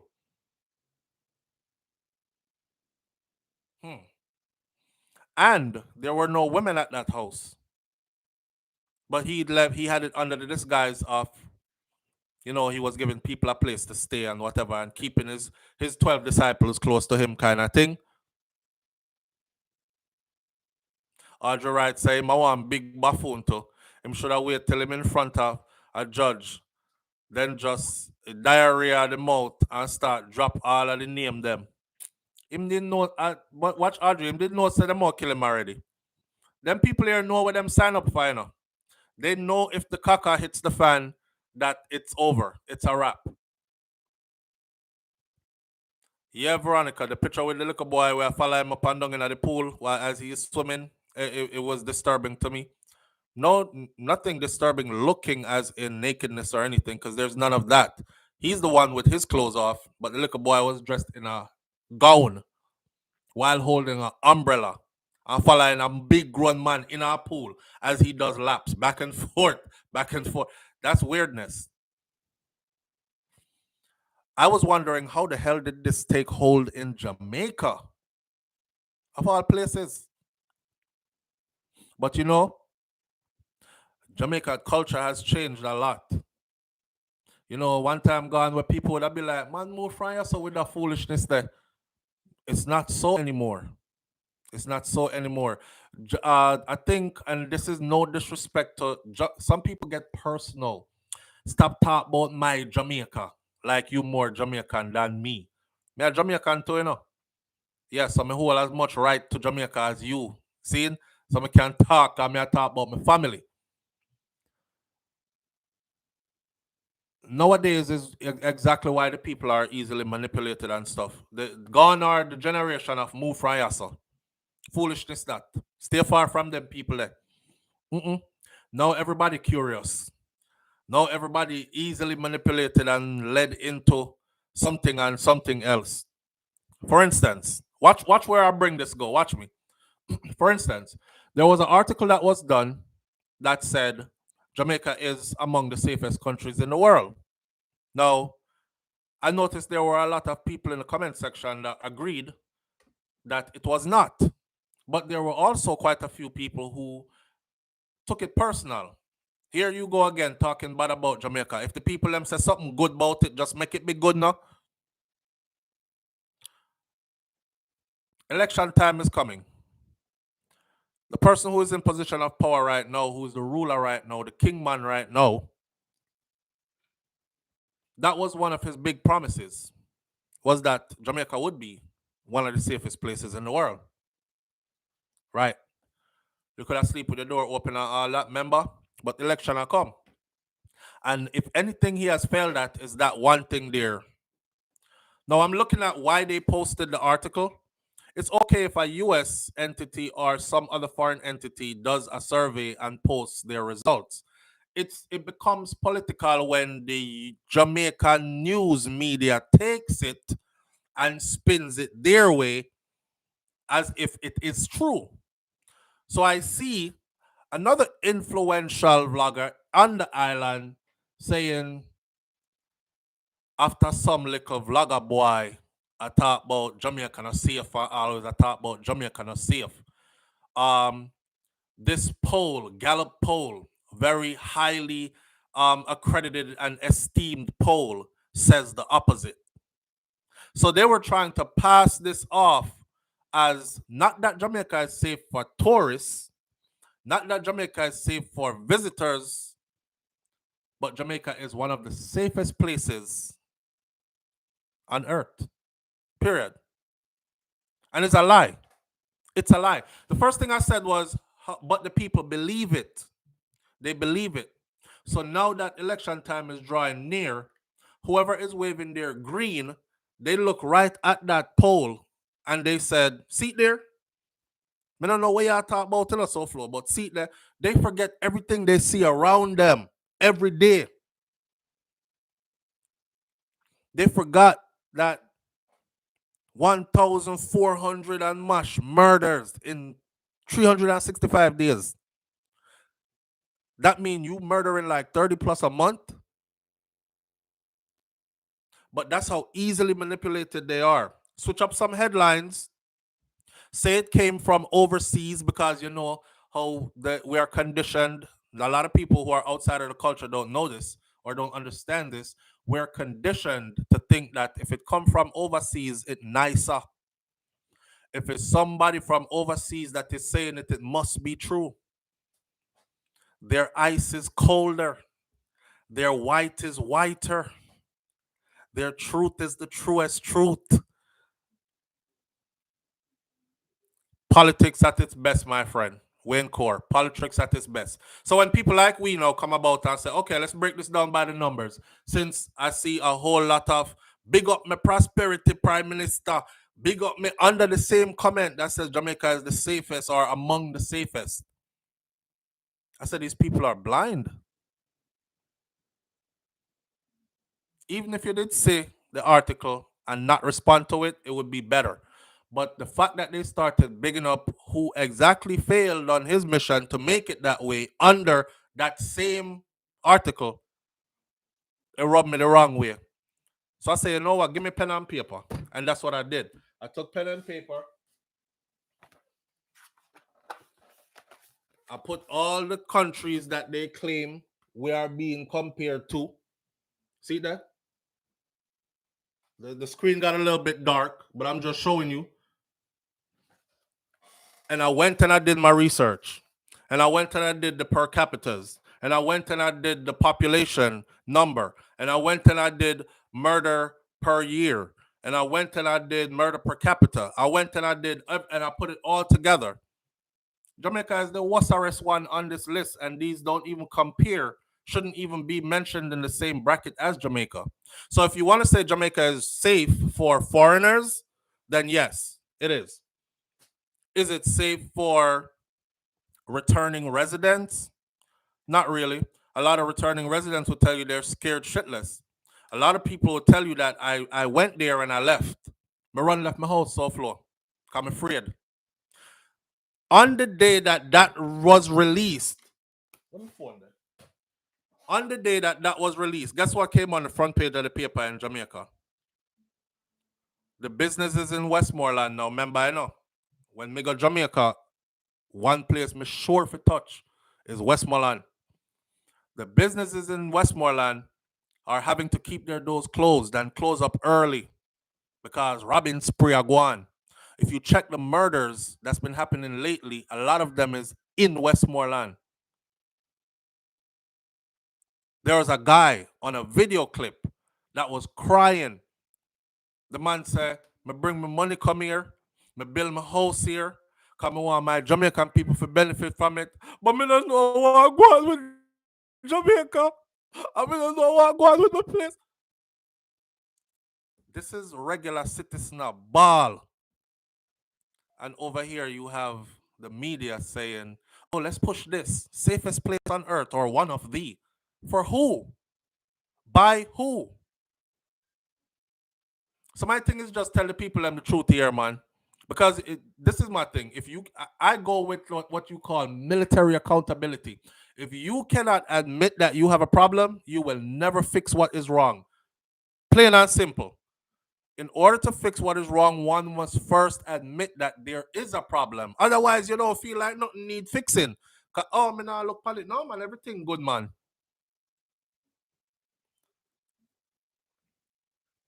At the same time, we're not trying to damage Jamaica. We are very well aware of what Jamaica's tourism industry is and does for the country. So we will say it out loud again. Tourists continue to come. Matter of fact, double the million and come in your twos and threes of millions and fours and fives of millions. It will probably help them to raise the pay of the people who work in that industry, which them not get paid much anyway. It'll probably help to raise their pay if we double the millions. Come on in, because more than likely you're safe. Nothing happens to you. The average Jamaican is not looking at a tourist to do anything to you. Matter of fact, even a criminal Jamaican will look at a tourist and be like, "Nah, don't touch them. A tourist them. Let them enjoy the place, man. We're gonna kill one of our own though." And that's the reality. So if you're watching this, you will be safe if you go to Jamaica. Okay? But the local people, them under siege. And that's not something to sugarcoat. That's not something to hide and act like it's not happening. And I hate the fact that they hide it and act like it's not happening. I see an article that says Prime Minister Andrew Holness is now in Washington, D.C. Yo, y'all just go read the comments under there. These are comments that they cannot control because the public is commenting. Y'all just go read the comments under there. Keep him. Don't come back. All right, airline pilot. Now it's time you take one for Jamaica. You know where people must say? Crash a plane with him in the night. Don't want to see him back. We're not wishing death on Andrew Holness. I'm just repeating some of these comments that are out here. Just to show you, say, people fed up, man. They're fed up. And they're fed up of the lies and the makeup and paint this over and make this look like what it's not when it is and all that. Just be truthful to the people. You know, with murder rate out of control, people afraid to go on road. You can die for 10 different reasons and don't have nothing to do with nothing. That's just the truth. Why you think I keep doing these shows and keep telling my people that, listen, some of your family members, you need to cut them off. Because the killing in Jamaica is on a whole nother level. That can't catch Quack or catch him shot stuff gone to a whole nother level. Your little nephew, who you don't really know because you haven't been to Jamaica in years and haven't seen him in years, some people want him, but them can't find him. You fly into the country, think you're going to drink some red stripe and bun a little spliff because you don't smoke, really, and you're going to go out tonight and have fun under the stars at one of them street parties, and you don't make it back to where you came from. I know, say, your nephew, them I look for. but you will do. The place just set away. The place just set away, and we can't deny it. So when we talk about safe, don't put Jamaica in there. Jamaica is nice, for sure. I find relaxation in Jamaica more than anywhere else, for sure. But I'm not going to be a hypocrite. No, I know somebody's going to say, how the hell you find relaxation in a place where you're still saying it's dangerous? I think it's because, I don't know, maybe I'm at the point in life now where I can afford to go to where the relaxation is. Who can afford to run will run. I guess me one of them who can't afford to run. So me run from time to time. Oh boy. Crystal G says they need to implement online voting and absentee ballots so we can all vote. Them dead. Anyhow, them do that, them dead. I think, matter of fact, I'm gonna look into that and then I'll let y'all know tomorrow how that part they work out. Absentee ballot and online voting. Yeah, because we're in modern times. And it's not hard to verify who is who. Jacqueline Higgins said you can find relaxation privately. Yeah. Jackie, you know what killed me about Jamaica, Jacqueline? Remember, I know they're foreign from me, a little youth, so I still remember the days when I used to go home to visit. And as a youth, sit down on roadside.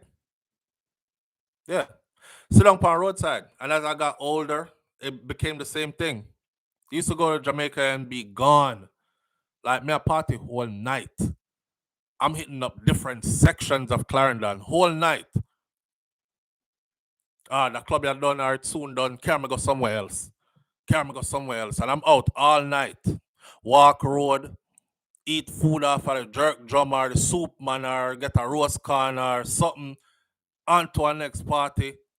Drunk and a stagger out a road. Not had no fear in the world. Would I dare do that now? Hell no. Because at different times. Different times, my friend. But anyhow, back to what we were saying before though.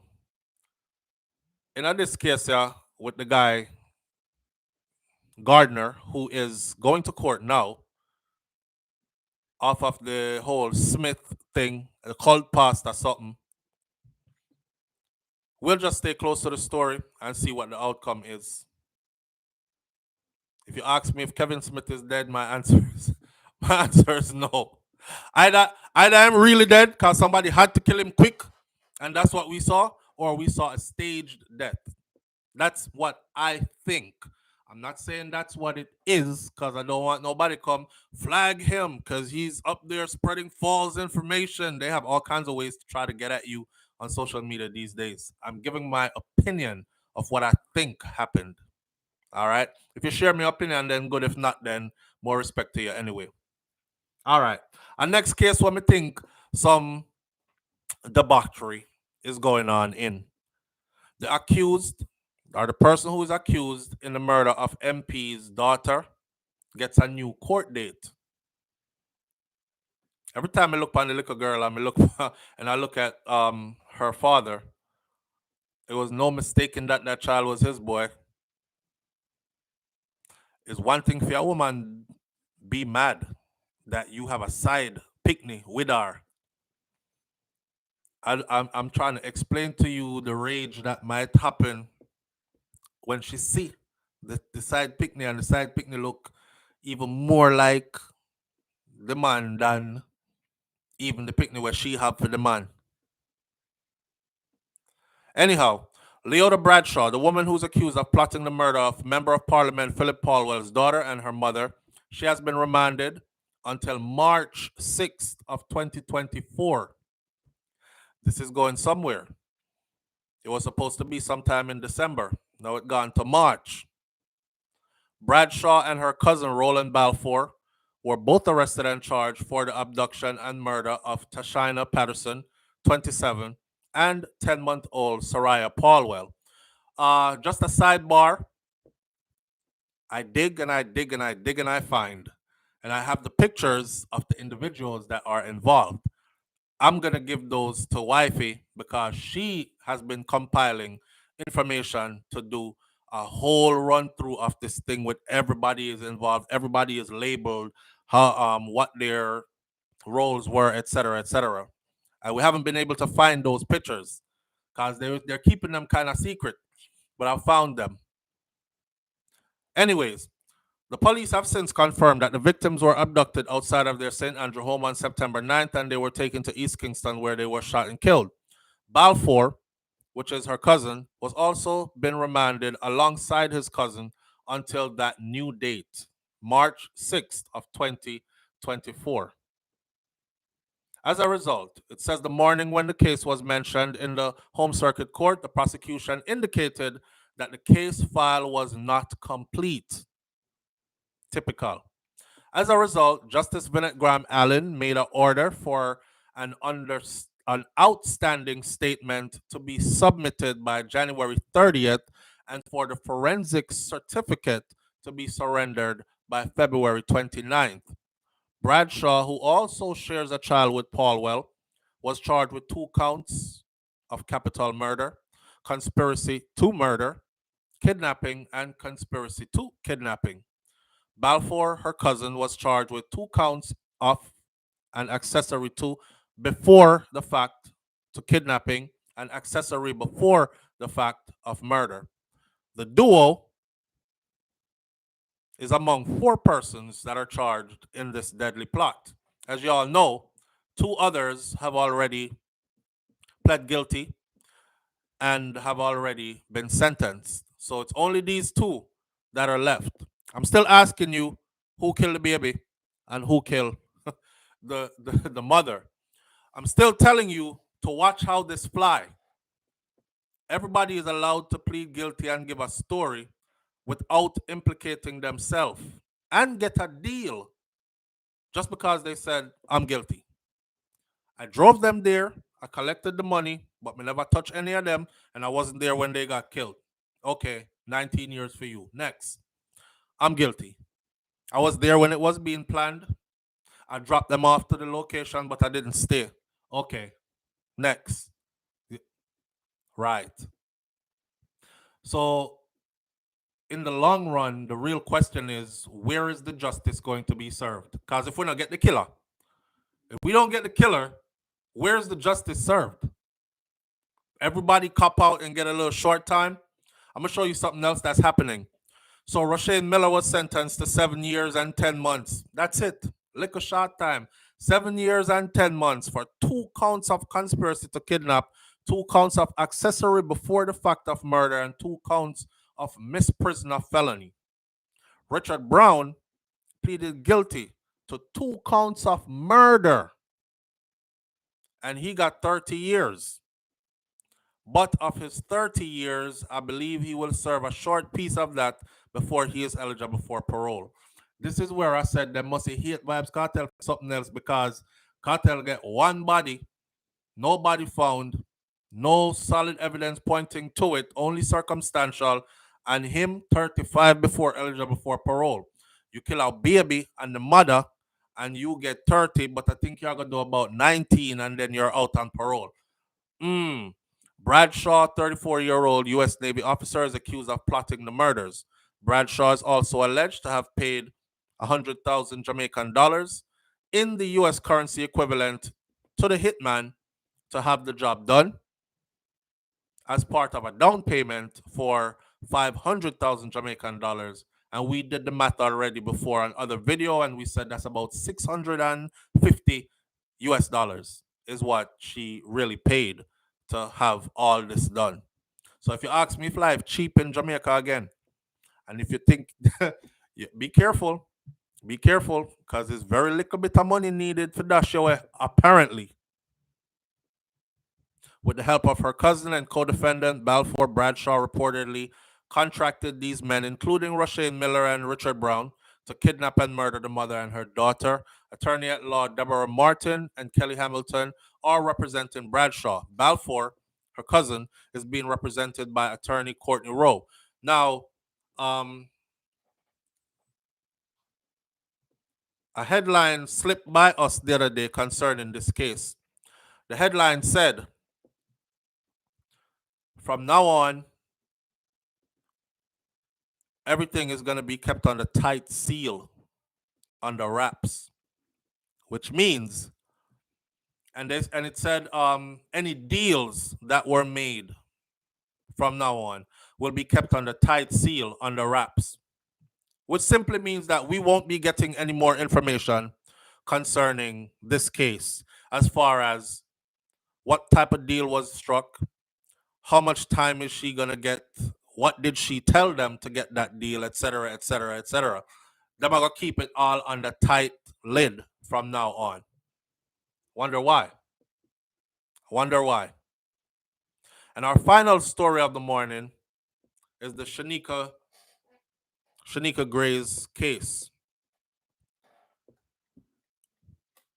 I don't think justice is going to be served in the Phillip Paulwell daughter case. Somebody and something is at play. I can't put my finger on what it is yet. But we'll keep following. We'll keep following. That's what I asked live through Erica TV. That's what I asked too.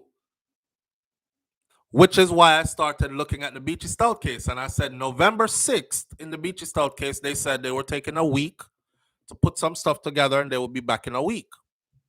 That was what? 29, I got 30 days ago, a month ago. Everything went offline. They were being transparent and now everything is offline. Whatever. We'll just stay close and we'll watch how it plays out, right? Shenika Gray. You know, I've been speaking about this for years now. And I said, and some people don't like me for it. I don't know, maybe because them want to protect them criminal family members or whatever. I think one of the biggest mistakes or biggest things they have in Jamaica that's fueling crime is the fact that everybody gets bail.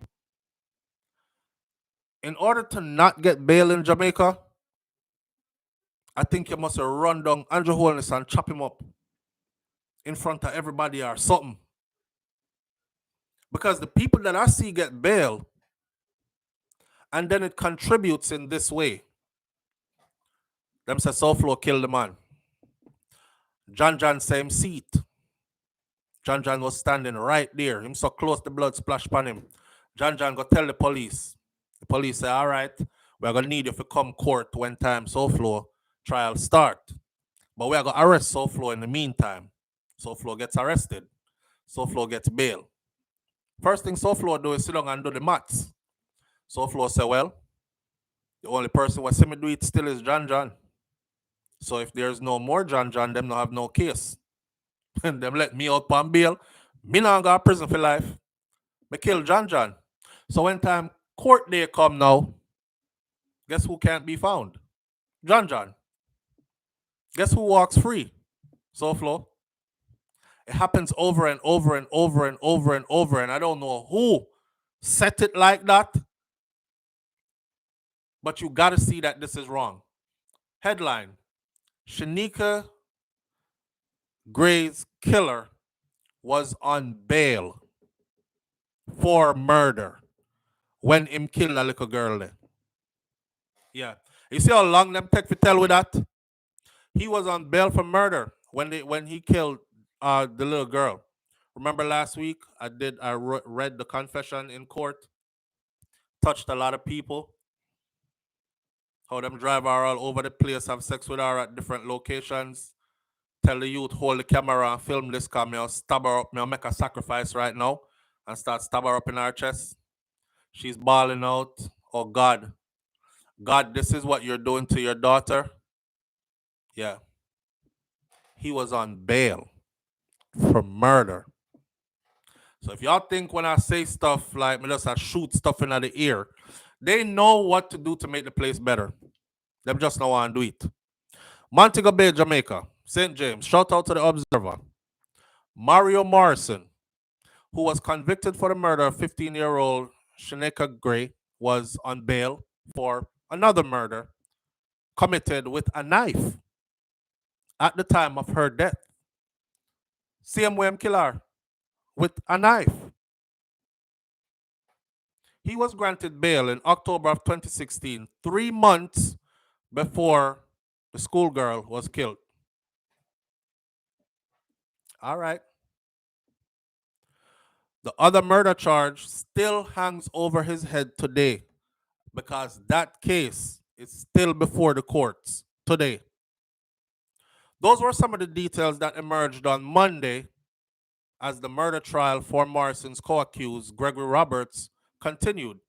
Now, throughout the day, defense attorney Leroy Equiano, he sought to establish a role that Morrison played in the teenager's demise. Last week, Morrison testified that he, at Roberts' request, hold the camera, record this, may I make a sacrifice. He recorded Robert stabbing the young lady to death. He passed the phone to me. He said, dog, video this to me. So I'm videoing now, right? And he had the knife and he started to stab her. She started crying and bawling, even saying, Lord, is this what you're doing to your daughter? He testified in court. On Monday, yesterday, during cross-examination, the attorney, Equiano, asked Morrison, did you have a knife that night? Morrison answered and said, no. He says, did you threaten the girl or give her any orders? The attorney asks. Again, Morrison replied, no. Did you stab the girl? The attorney kept going. Morrison says, no, I did not stab her. The only thing I did was I hold the phone because I said, dog, film this. The only thing you admitted to, this is the attorney. The attorney said, the only thing you admitted to is that you had sex with the girl and that you did not force her. Is that correct, sir? The attorney asks Morrison and Morrison says, yes. Did you participate in any way in the killing? He said, no, I was videoing. When asked again if he had sex with the teenage girl against her will, Morrison said, no. You know, sister, them people are sick. The other guy done raped her multiple times at different locations already and then ordered her to give him some. You know, give me dog some head and some front. Remember? And the poor girl did it. And then when she was done, she asked, okay, can I go home now? Please, can I go home now? That was forced. But him said no. Because he wasn't the one that was holding a knife to her saying, take off your clothes, give me some. By law, he's guilty of murder because of his actions at the scene. And I agree.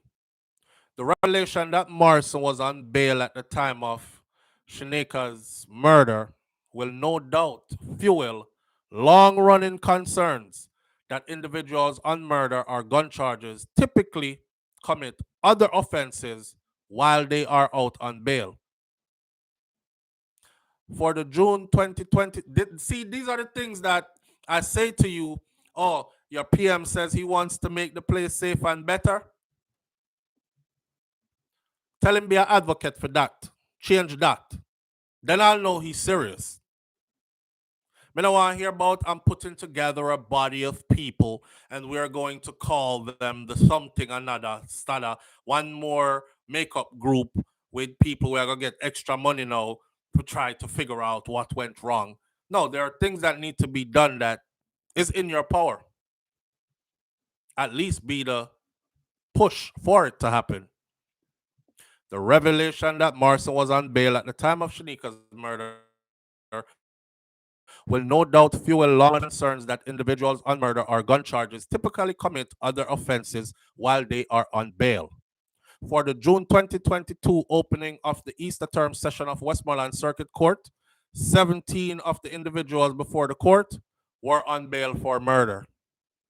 Oh, no, no, listen. 17 of the individuals before the courts were on bail for murder. 17.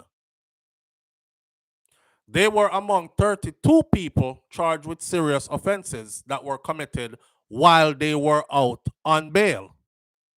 Numbers. And them not see nothing wrong with this. And at election time, I come and you say you want to make the place safer, but you're not paying no attention to this. Bailey had been providing data in a pushback against defense lawyers who took issue with the claim that a large number of individuals on bail are reoffending. The government, pummeled by urgings to get a handle on crime, had also pointed to the need to tighten up the legislation. However, Minister of Constitutional Affairs, Marlene Malahou Forte, came in for criticism last June when she signaled changes to the Bail Act that would see individuals charged with murder and gun-related charges denied bail. Them cuss are out. An amended Bail Act was passed July 25th, 2023, 4 years after Gray's death. Them still give people bail. That's one thing I don't like about Jamaica too. Them change the law and then do the opposite, continue doing what they were doing before. So the Green Pond High School student was found dead in bushes in Irvine, St. James, with multiple stab wounds on February 1st of 2017. It comes full circle now, 2023, December, that her killers are on trial. Morrison, he pleaded guilty to murder in September of 2022 in this case, and he was sentenced a month later to a life imprisonment term. Of course, life imprisonment means he'll probably have to do about 35 years before eligible for parole or something like that. With the gruesomeness of this crime, everybody is saying that's not enough. That's a life without the possibility of parole crime in the United States of America. I could guarantee you that. 10 of 18 witnesses have already provided evidence in the ongoing trial. 8 witnesses gave sworn statements, and 2 other witnesses' statements were read into evidence, and the trial continues today. So as they are in court today, we will wait to see what comes out tomorrow, and then we will discuss that as well. A lot to think about. A lot to think about. Hear what? We're going to have to be the change that we want to see, right? Or at least be an advocate for the change we want to see. Otherwise, while things are being affected negatively, we will also be experiencing those negative effects. We can't escape it. We're all more connected more than we would ever know. And on that note, I'll leave you this morning. And I'll see you tomorrow morning. I promise you, I'll be here. God spare my life. Manners and respect to each and every one of you tuning in. Thank you. I appreciate you greatly. And I'll see you later. Walk good. I'm out. Peace.